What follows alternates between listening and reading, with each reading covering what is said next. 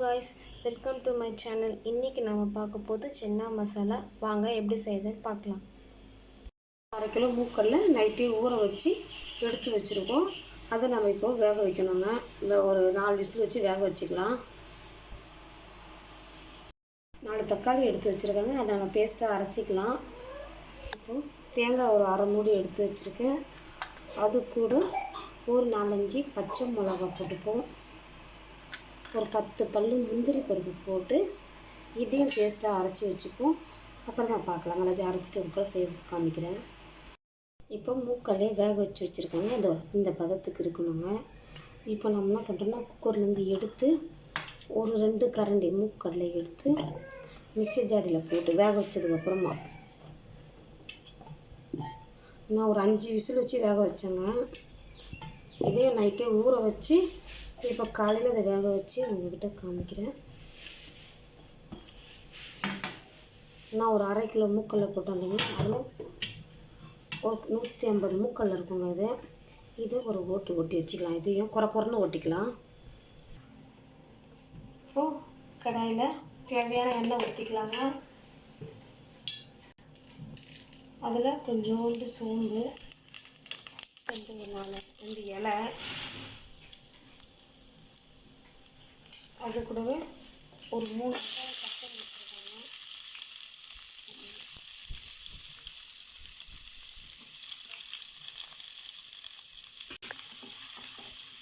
நல்லா சவக்க வதக்குவோம்.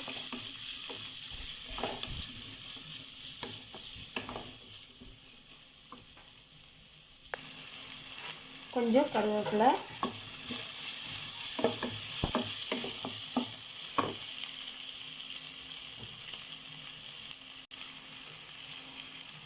இஞ்சி பூண்டு பேஸ்ட்டு ஒரு 2 ஸ்பூன் போட்டுக்கலாம். கொஞ்சம் எக்ஸ்ட்ரா கூட போட்டுக்கலாங்க.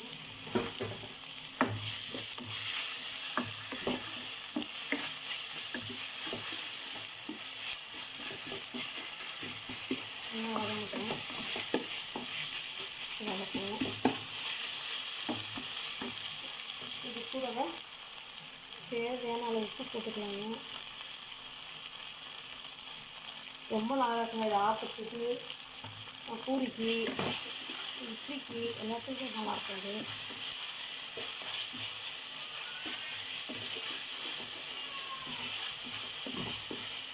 இது கூடவே கொஞ்சோண்டு மஞ்சள் தூள் கொஞ்சம் வதக்கிடுவாங்க.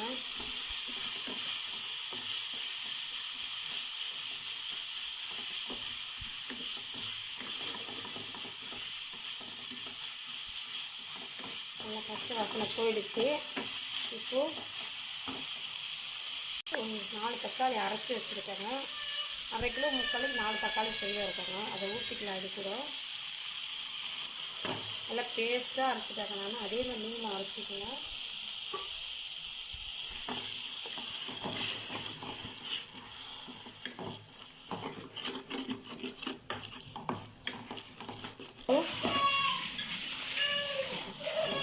வாசனை போகிற அளவுக்கு நம்ம சிவக்க வச்சுக்குவோம். பச்சை வாசனை போகட்டாங்க. எடை திரிஞ்சு வரட்டும். அப்புறம் மற்றதெல்லாம் நம்ம போடலாம். இப்போ பாருங்கள், நல்லா தக்காளி பச்சை வாசனை போய் எண்ணெய் திரிஞ்சு வந்துருச்சுங்க. இப்போ இந்த நேரத்தில் நம்ம தேங்காய் போட்டுக்கலாம். நல்லா தேங்காய், பச்சை மிளகா, முந்திரி பருப்பு நான் அரைச்சி பேஸ்ட்டாக எடுத்து வச்சுருக்கேன். இதையும் நான் இதில் ஊற்றிடுவேன்.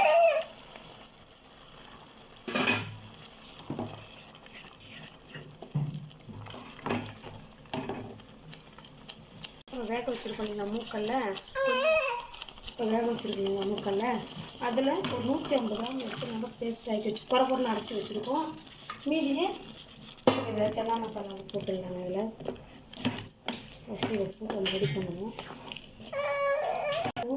வீட்டு மிளகாத்தூள் ஒரு 3 ஸ்பூன் போட்டுக்கலாங்க.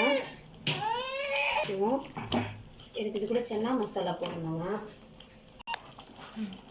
இப்போ நான் வந்து ஆச்சி சென்னா மசாலா எடுத்துருக்கேங்க. ஒரு பாக்கெட்டு. இது 50 கிராம் இந்த பாக்கெட்டு. இதை மொத்தத்தை நம்ம இதில் போட்டுருவோம்.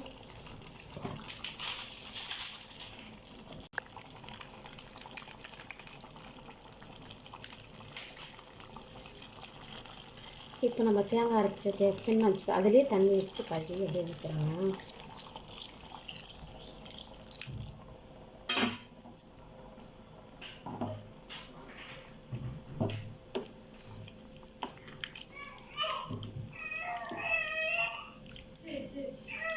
இப்போ பாருங்கள், நல்லா கொதி வந்து நமக்கு கரெக்டான பதத்துக்கு வந்துடுச்சு. இப்போ நம்ம என்ன பண்ணோம்னா, இதை பாருங்கள், இந்த பொறுப்புக்கு நம்ம 150 வேக வச்ச மூக்கல்லே பொடி பண்ணி எடுத்து வச்சுருக்கோம் இல்லைங்களா, அதை இதில் போட்டு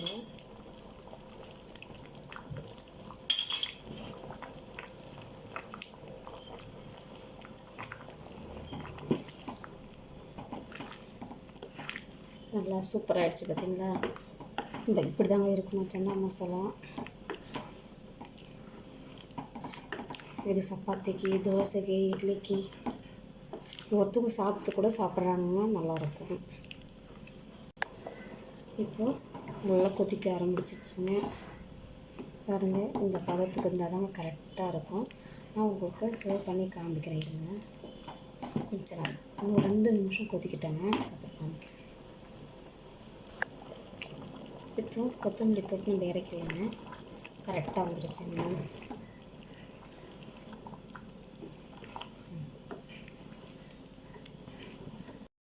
இப்போ பாருங்கள், சூப்பரான சன்னா மசாலா ரெடி ஆயிடுச்சு. இந்த சன்னா மசாலா இடியாப்பம், பூரி, சப்பாத்திக்கெல்லாம் ரொம்ப நல்லாயிருக்கும். நீங்களே வீட்டில் ட்ரை பண்ணி பார்த்துட்டு கமெண்ட்டில் சொல்லுங்கள். லைக் பண்ணுங்கள், ஷேர் பண்ணுங்கள், சப்ஸ்கிரைப் பண்ணுங்கள். தேங்க்யூ.